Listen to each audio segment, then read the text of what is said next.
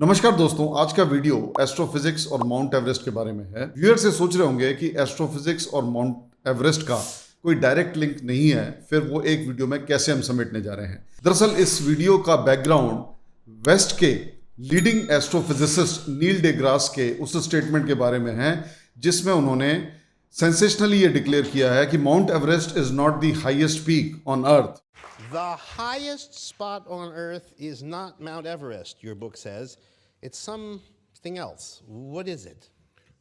First, it's true not because my book says it, but simply because it's true. Basically उनका ये कहना है कि since earth is a oblate spheroid, इसका अर्थ ये है कि चूंकि अर्थ इक्वेटर के पास में बल्ज्ड है और पोल के पास थोड़ी सी फ्लैटेंड है, तो इस लॉजिक से देखा जाए तो इक्वेटर के पास में जितने भी जियोग्राफिकल फीचर्स हैं उनकी हाइट में लगभग 31,000 मीटर का as compare to the polar zones add करना जरूरी होगा।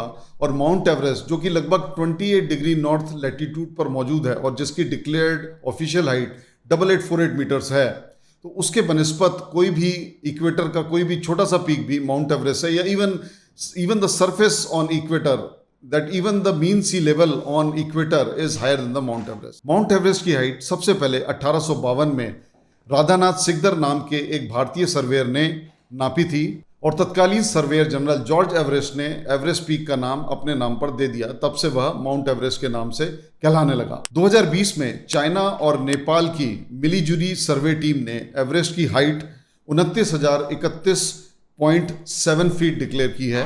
इन हाइट्स का दरअसल रेलेवेंस क्या है? These heights are basically determining for the purpose of mountaineering, so that mountaineering feat का ये एक achievement माना जाता है कि जो माउंट एवरेस्ट क्लाइम कर लेता है, it is said that he has scaled the highest peak. When we talk about the height of a mountain peak, it is basically expressed in terms of height above the mean sea level, and also it is declared to be the highest on the basis of its immediate surroundings, so that the mountaineers can determine which peak is highest technically or otherwise in terms of altitude and scarcity of air.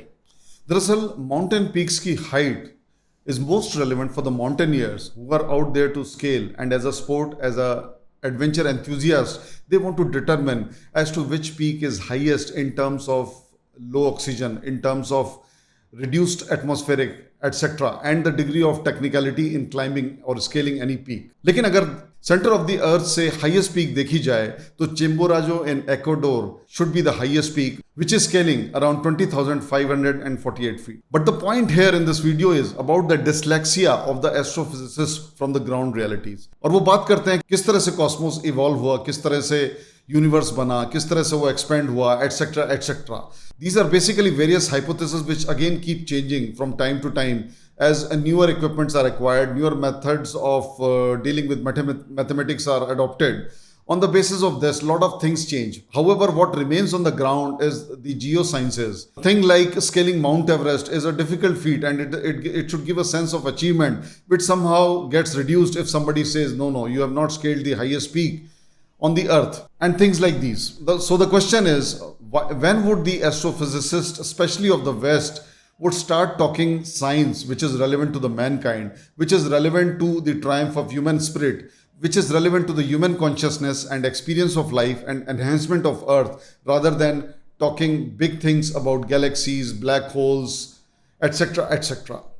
A better and more advanced science than astrophysics is, as useful for the mankind is the native astrology of Bharat, जो यह बताती है कि किस तरह ग्रह, planets और cosmic bodies पृथ्वी पर जीवन को, मनुष्य के जीवन को, यहाँ की मौसम और जलवायु को प्रभावित करते हैं। जरूरत यह है कि वैदिक एस्ट्रोलॉजी को सेंटर स्टेज पर लाया जाए ताकि इसके फॉलोअर्स बढ़ें, इसको परस्यू करने वाले लोग बढ़ें, ताकि ये गुम होती साइंस पुनः रिवाइव हो सके, पुनः अपने पुराने ज़ेनिथ पर आ सके, जो कि मैनकाइंड को एक गाइडेंस दे सकती है, which can make earth a better living place for everyone, all living beings, the plants, animals, the microorganisms, and including the human being.